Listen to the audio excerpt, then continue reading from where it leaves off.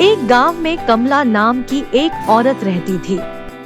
कमला की एक बेटी थी जिसका नाम रजनी था और उसके पति के गुजर जाने के बाद घर की सारी जिम्मेदारी उसके सर आ गई थी। वो दूसरों के घर में काम करके अपनी बेटी का पेट पालती थी। एक दिन रजनी अपने स्कूल से आ रही होती है। क्या हुआ बेटी, तू इतनी जल्दी स्कूल से कैसे आ गई? तेरी तबीयत तो ठीक है ना? माँ, मुझे स्कूल से निकाल दिया है। आपने 3 महीनों से मेरी स्कूल की फीस नहीं दी। टीचर ने कहा है जब तक फीस नहीं लाओगे स्कूल मत आना। मेरी बच्ची, मुझे माफ कर दे, मेरी वजह से तेरा स्कूल भी छूट गया। नहीं माँ, इसमें आपकी क्या गलती? आपसे जितना हो पाता है आप करती हो। मैं मालकिन से उधार लेकर तेरी फीस जल्दी भर दूंगी, ठीक है ना? अब ये सब छोड़ो, चलो ना खाना खाते हैं। कमला रजनी के लिए खाना लेकर आती है। क्या हुआ माँ, आपका खाना कहाँ है? अरे वो मुझे भूख लगी थी तो मैंने पहले ही खा लिया था, तू अब खा ले। रजनी समझ जाती है कि उसकी माँ ने खाना नहीं खाया और जितना खाना था वो उसे दे दिया। कई दिन गुजर गए लेकिन कमला रजनी की स्कूल की फीस नहीं भर पाई। रजनी भी समझ गई थी कि अब वह शायद स्कूल कभी नहीं जा पाएगी। माँ, तुम काम पर चली जाती हो, मैं यहाँ अकेले रहती हूँ। मैं भी आपके साथ चलूँ? आपकी थोड़ी मदद भी कर लूँगी। अच्छा चल ठीक है। दोनों माँ बेटी जाती है। उन दोनों को देखकर अनीता, जिसके यहाँ कमला काम करती थी, कहती है, अरे कमला, ये कौन है? मालकिन, ये मेरी बेटी है रजनी। तो तुम इसे यहाँ क्यों लाई हो? मालकिन, वो अकेली थी ये, इसलिए आ गई मेरे साथ। अच्छा कोई बात नहीं, चलो जल्दी से काम पर लग जा। कमला काम करने लग जाती है और रजनी वहाँ पड़ी एक बुक उठा लेती है और पढ़ने लग जाती है। इतने में अनीता वहाँ आ जाती है और कहती है, अरे रे, ये क्या कर रही है तू?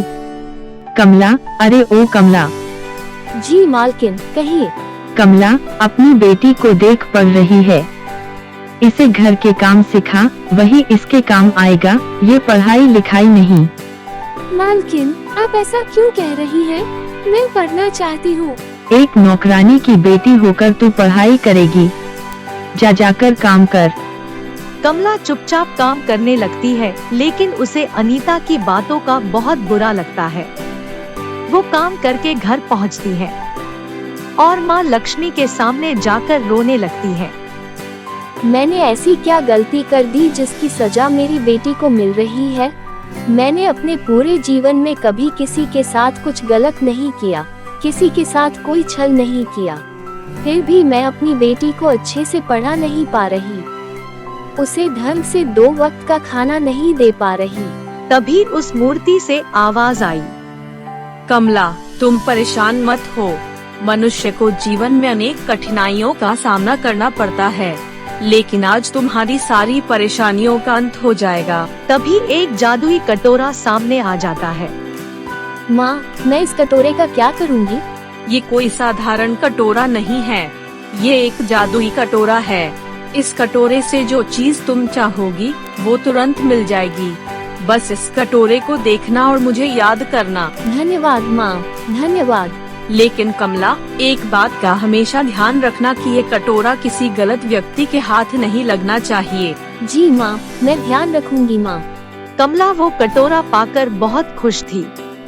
यहाँ अभी कोई नहीं है, चलो इस कटोरे की परीक्षा लेती हूँ। कमला कटोरे को सामने रखती है और माँ लक्ष्मी का ध्यान करते हुए अच्छे खाने की कामना करती है। वैसे ही एक टेबल पर लजीज खाना आ जाता है। वो और उसकी बेटी पेट भरकर खाना खाते हैं।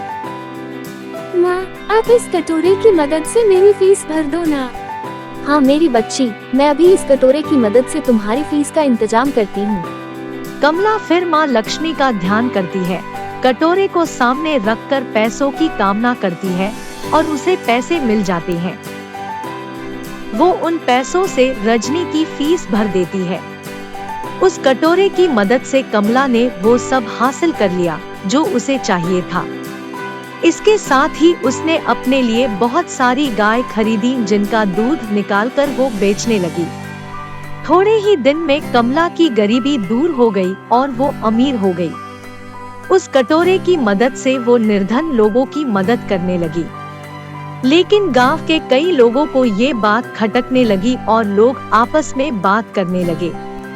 उसके पड़ोस में रहने वाली औरतें भी उससे जलने लगी। अरे जी, इस कमला के पास ना जाने इतना धन कहाँ से आ गया। कल तक तो इसके पास खाने को नहीं था और अब देखो सब है।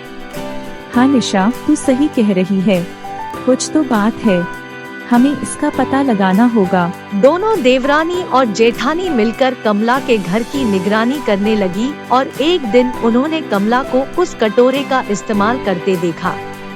फिर क्या था, एक दिन निशा ने मौका पाकर उस कटोरे को चुरा लिया। अगले दिन निशा अपनी जेठानी के पास आई। ये देखो जीजी, मेरे पास क्या है। अरे निशा, यह तो वही एक कटोरा है जिसकी वजह से कमला इतनी अमीर हो गई है। हाँ जीजी, ये वही कटोरा है। ला मुझे दे। आपको क्यों दूं? इसे चुराकर तो मैं लाई हूँ ना। लेकिन बड़ी तो मैं हूँ ना। इस घर में जो चीज आती है वह सबसे पहले मुझे दी जाती है। इस बात को लेकर दोनों में लड़ाई हो जाती है और मारपीट हो जाती है। लड़ते लड़ते दोनों को काफी चोटें आ जाती है, जिसकी वजह से वो बेहोश हो जाती है। इधर कमला को कटोरा नहीं मिल रहा था, जिसकी वजह से वह काफी परेशान थी। वह घर के आसपास कटोरा ढूंढना शुरू कर देती है। तभी उसकी नजर बेहोश पड़ी निशा पर जाती है।